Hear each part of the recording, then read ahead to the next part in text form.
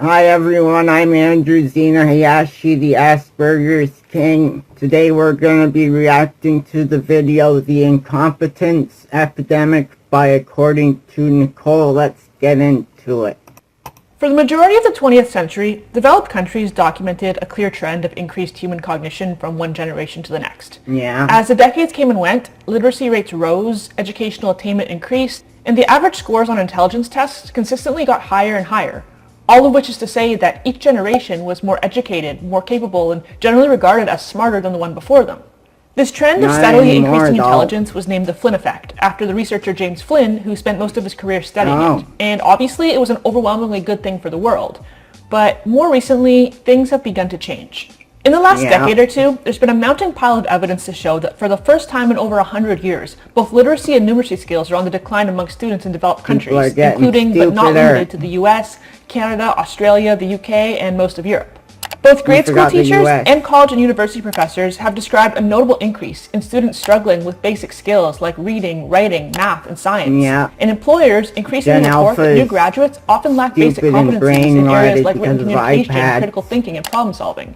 And all of this makes sense when you realize that several countries have reported a stagnation or even a decline in measured IQ scores, which all culminates in Gen Z being the first generation in modern history to score lower on standardized testing than their parents. Or, as this Vice article succinctly puts it, Gen Z is the first generation dumber than their parents. I think that's pretty funny, and if you've ever had the displeasure of working with a bunch of Gen Zs, which I have, then you know it's not a stretch to believe. Every lighter still runs on butane, the same fuel. That's a cool lighter, I want one. That's exactly. But after you stop giggling, if you're like me, you probably want to know why this is happening. I mean, humans haven't just gone through some major genetic defect or whatever over the last 20 years that has caused millions of people to be born with shit for brains. At least I don't think so. So what is the cause of this phenomenon and how can we stop it? First, I think it's important to highlight a couple statistics because while this issue is culminating most visibly with Gen Z and even more so with Gen Alpha, honestly, this problem isn't entirely isolated to them. In the US specifically, according to a 2023 study, 54% of adults, which in this case refers to people between the ages of 16 and 74, read below a 6th grade level. 28% scored at or below level 1 literacy, which indicates significant difficulty with everyday reading tasks. And 21% are considered functionally illiterate and unable to complete basic reading tasks at all, which is wild. And I say all of this to highlight the fact that, at least in America, things have been looking bleak for a while now, which is exactly why this is so concerning. Like, with the bar set so low to begin with, how is it possible that younger generations are limboing right under it? The short and simple explanation here is that our modern society, by way of function, has increasingly begun to discourage the development of many cognitive skills, particularly ones that lend themselves to things like literacy, communication, independent thought. Really, this failure is the result of multiple factors that have come together all at the same time, of new technologies, of changing social habits, and of flawed educational philosophies which have collectively created this tsunami of stupidity that's going to take decades to recover from. I've got a hangover. Is that School of Rock? Doesn't that mean you're drunk? From School of Rock. That was a good movie. I was drunk yesterday. But let's start at the beginning. The year was 2002. I was 10 years old. Simple Plan had just dropped their debut record, No Pads, No Helmets, Just Balls, which would go on to form my entire personality for the next 20 years. And gold medal shoe dodger and soon-to-be war criminal George W. Bush was in the White House, scheming for ways to combat the stereotype of Americans being dumb. I'm joking, but I'm also kinda not. He signed the No Child Left Behind Act into law, which was intended to hold individual schools accountable for their students' grades by introducing standardized testing as a way to objectively measure whether or not teachers were doing their jobs well and whether or not students were grasping the materials that were being taught. Schools whose students consistently scored poorly on these tests would face consequences like restructuring and state intervention. And on the surface, this sounds good. I mean, a school's entire job is to educate their students, so it would make sense that the government would want a way to track whether or not they're doing so successfully until they could step in if they weren't. But what actually happened is an entirely different story. Rather than schools doing their best to help students by encouraging deep learning and critical thinking, they started just teaching to the test.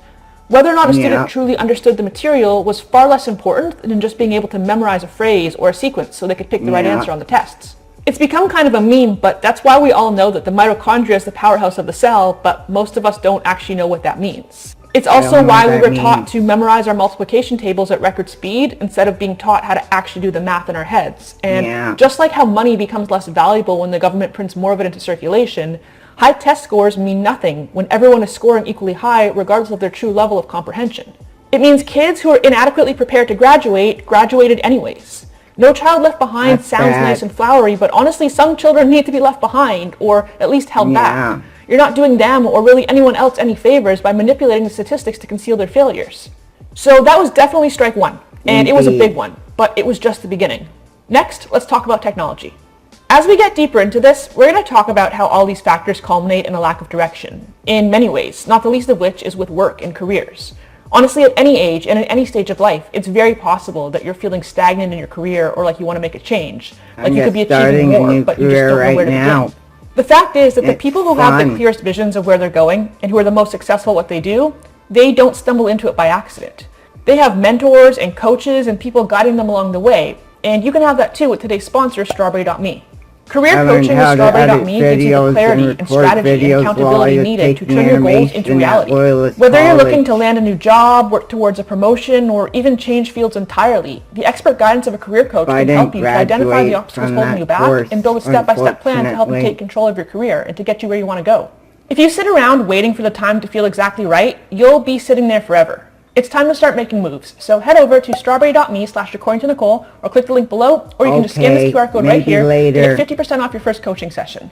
That's strawberry.me/accordingtonicole or just scan this QR code. A big thanks to strawberry.me for sponsoring this video, and let's get back to it. So there isn't really a question as to whether or not technology has made our lives better. It absolutely has. But a more fair question to ask is if the same tools that have made life easier have also made intellectual effort optional. And in a lot of cases, I think it has. Yeah, it has. And to be clear, reduced effort isn't always a bad thing. Like, humans have always strived to increase our efficiency by reducing the effort we put into things. And technology has enabled us to do that. Cars made it easier to get around. Washing machines saved us countless hours from scrubbing our clothes by hand. There's countless examples like this. What I'm trying to say is that convenience isn't a bad thing at all. The difference, though, is that inventions like cars and home appliances, they reduced physical labor, but our more modern technology is reducing cognitive labor, and that's very different. Take our phones, for example. It's not good. Yeah, you can okay boomer me if you want, I guess. But the fact is that we have offloaded a lot of our mental tasks to our phones. We no longer need to learn to get around because we all have GPS navigation in our pockets. We don't have to remember anyone's phone number because it's saved in our contacts. We don't even have to decide for ourselves what we want to read or watch or listen to because it's all selected for us by an algorithm. In January, we revealed Velma to the world. Developers everywhere wanted access. Our emails and I like the algorithm. And straight up, I'm guilty of all this myself, so I'm not necessarily throwing shade, but we can't ignore this. We have apps to do everything for us, from scheduling to budgeting to ordering a pizza. And while all these things may be trivial on their own, collectively, they have snuffed out important life skills like memorization and planning and reasoning and communication and problem solving. All of those things. I'm good at all of those things. So it's not necessarily a matter of a particular demographic having lower intellectual potential so much as it's just them being less accustomed to practicing certain skills in everyday life. And as my grandmother always liked to say, if you don't use it, you lose it. Yeah. But it even goes so much further than that. I've gotten worse at playing guitar because I haven't played my guitar for a few years now and I hate it. I'm gonna have to relearn how to play the guitar. It sucks. But I won't have much trouble doing it. It should be pretty easy to do. Because if literacy and reasoning are the bricks and mortar of intelligence, attention is the foundation that house sits on. The ability to concentrate and the determination to complete a task, be it to read a complex text, solve a math problem, research, think creatively, or even just express yourself articulately, all these things require you to have a reasonable attention span, but our phones and social media are destroying that too. On a day-to-day basis, the majority of us are inundated with a never-ending barrage of notifications, reels, messages, and advertisements which fill every idle moment, whether we're lying in bed, waiting in line at the grocery store, or even just sitting on the toilet. Social media platforms invest billions of dollars into engineering their algorithms in a way that keeps you engaged and addicted, with things like short-form content, the infinite scroll, and manufactured FOMO to ensure that you never have a quiet moment of introspection in your brain. FOMO. Your memory works like a muscle, and when you're constantly distracted and overstimulated, focusing on or remembering anything becomes next to impossible. In fact, I bet that you don't even remember what the last video was that you watched right before this one. Prove me wrong. Without looking at your watch history, post the title or even just the topic of the last thing you watched before this in the comment section down below. Can you do it? Hey, by the way, if you're enjoying this video, do me a quick favor if you haven't yet, and maybe subscribe. I need to prove myself. The instant gratification we get from our phones delivering us non-stop entertainment 24 hours a day trains our brains to be unable to handle prolonged focus and boredom and frustration. If you don't like what you're watching, you can just flick your finger to see something new. Right now, on the side of your screen right here, there are dozens of other videos biting for your attention if this one isn't doing it for you. So there's no need to endure a single second of dissatisfaction or discomfort. The obvious result of this is that the moment someone tries to read something they don't understand, or tries to solve a problem that requires a bit of pondering, or encounters even the slightest bit of friction in anything they're trying to do, they just give up, and they don't figure it out. It's called learned helplessness. It's when you become convinced that you can't do something before you even really try, so you just shut down. And one of the biggest contributors to learned helplessness is seeking shortcuts. When you ask someone to do something for you before you've even tried to do it yourself, you believe that you need them to do it for you. When you cheat on a test, you believe that you can't succeed without cheating. You completely demotivate yourself from making an effort because you've subconsciously convinced yourself that you're incapable, and then that becomes your reality. And the convenience economy only perpetrates this. In the 80s and 90s, roughly 50% of 16-year-olds in America had a driver's license. Getting a license was not only a rite of passage, but it was the key to freedom, to being able to go out with your friends, to get a job, to date. But today, we're seeing a record low number of young people getting their licenses. In fact, it's dropped by half, down to about 25%. Much of Gen Z and Gen Alpha have either significantly delayed learning to drive, or have just decided not to bother at all. And think about it. It's very easy to do most things today without driving because you never even really have to leave your house if you don't want to. Why go out for food when you can use DoorDash? Why hang out at the mall when you can just buy whatever you want with Amazon Prime? Why go hang out with your friends when you can just FaceTime them or play video games with them remotely? Why go out and try to meet someone when you can just swipe right for a booty call? And on the odd occasion that you do need to go out, you can just get an Uber. But the result of all this convenience has been not only a concerning degradation of social skills and networking opportunities, not to mention physical exercise and fresh air and all those other things, but many teens and 20-somethings now have an actual phobia of driving. They're scared to. A survey of 2,000 Gen Zs revealed that they have anxiety about everything, from changing a tire to jump-starting a car to parallel parking to even going to a car wash, which I really don't understand. More than 10% even said that they'd missed a dream job because they were too scared to drive. That's insane, and this is a prime example of learned helplessness. Without apps for everything and food delivery and remote work, most people would have no choice but to learn to drive, and I don't think that anxiety would even play a role. You want to live a functional adult life, so you learn to drive and you get out there in the world. But without a need to, they've decided that they can't, and they won't even try. And this isn't even really about driving. This isn't about whether or not you can live a full life without a car. Depending on where you live, maybe you can, but what it is about is the lack of motivation and how that cripples your confidence and makes you incompetent. And of course, there's probably no bigger cause of learned helplessness today than AI. As I've come to learn more recently, the majority of AI usage is not actually happening with the general population, or at least not the most powerful forms of it.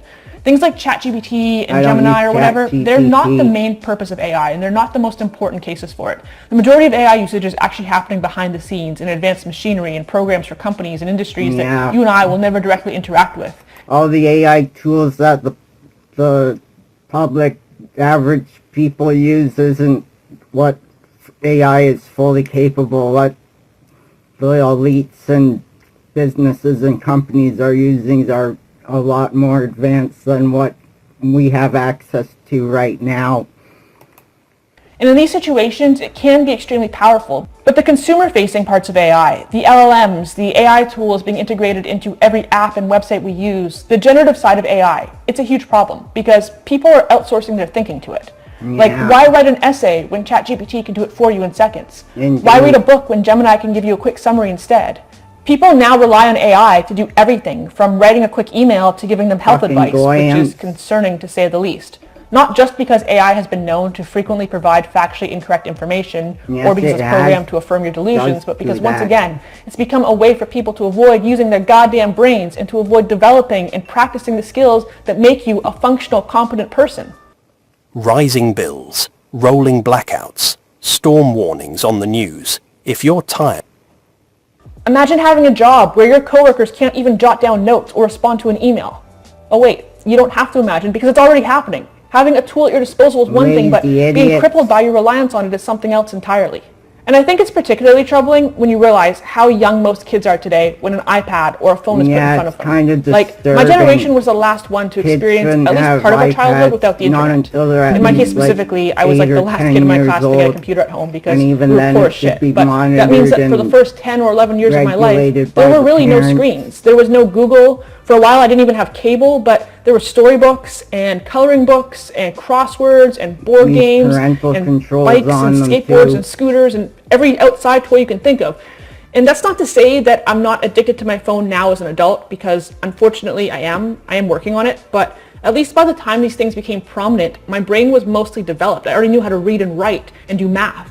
I knew how to look something up and fact check what I was reading. Me too. I knew how to write a resume and interview for a job. Me too. But now, babies are having their attention spans fried before they've even been weaned onto solid food. Like, there are kids out there who are still shitting their pants because they don't know how to ask to go to the bathroom, but they know how to find their favorite show on YouTube. Right now. And speaking of bad parenting, let's talk about bad parenting. And I think it's fair to say that most of us can think back to our childhood and think of certain moments or situations that we experienced that could have been handled better.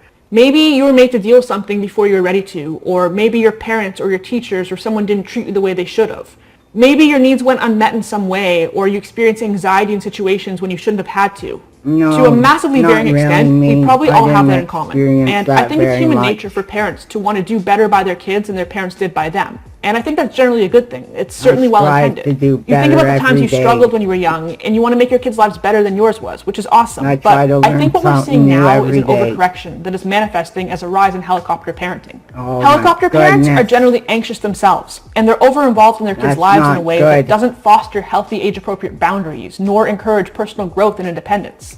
This can look like the parents of an adult child doing everything for them, from booking their appointments and driving them around to trying to find them a job, to doing their laundry and cooking all their meals, and interfering in situations where they should be advocating for themselves, which once again robs them of the opportunities to develop these skills on their own and fills them with anxiety and low self-esteem.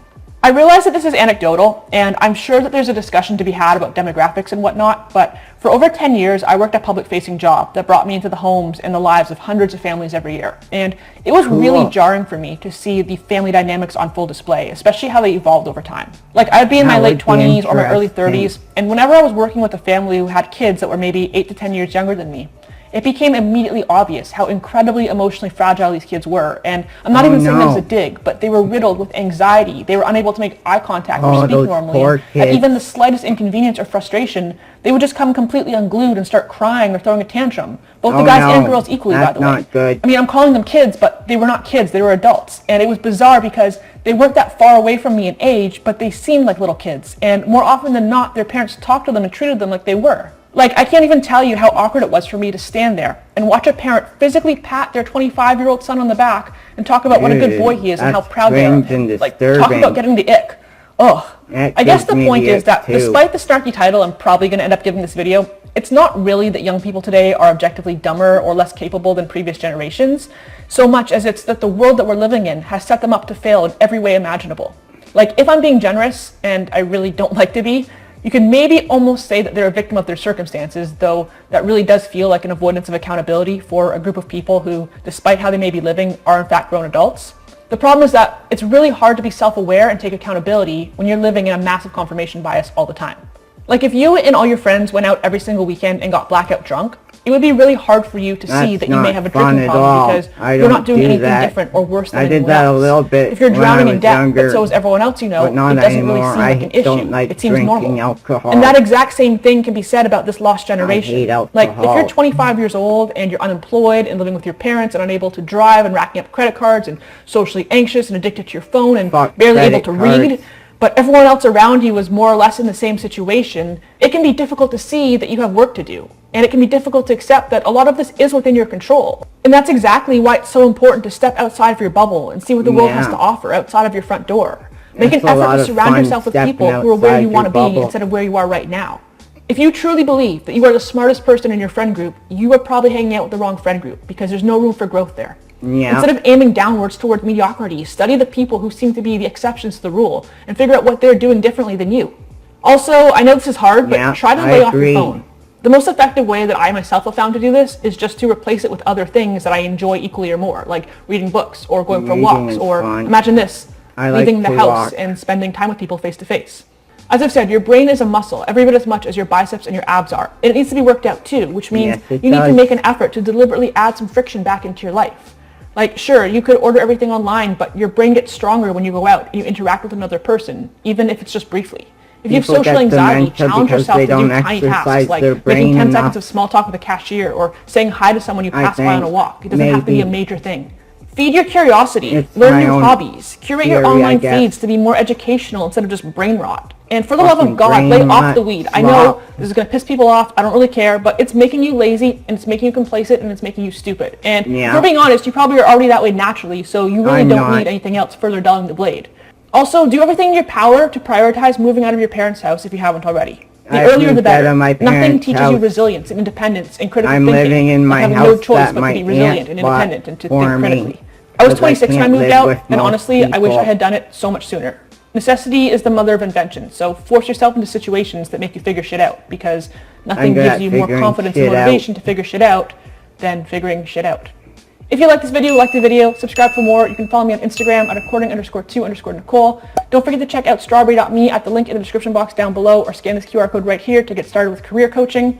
And other than that, take care, and I'll see you next week. Well, that's it for today's video, everyone. Please like the video, comment your thoughts, opinions, and questions.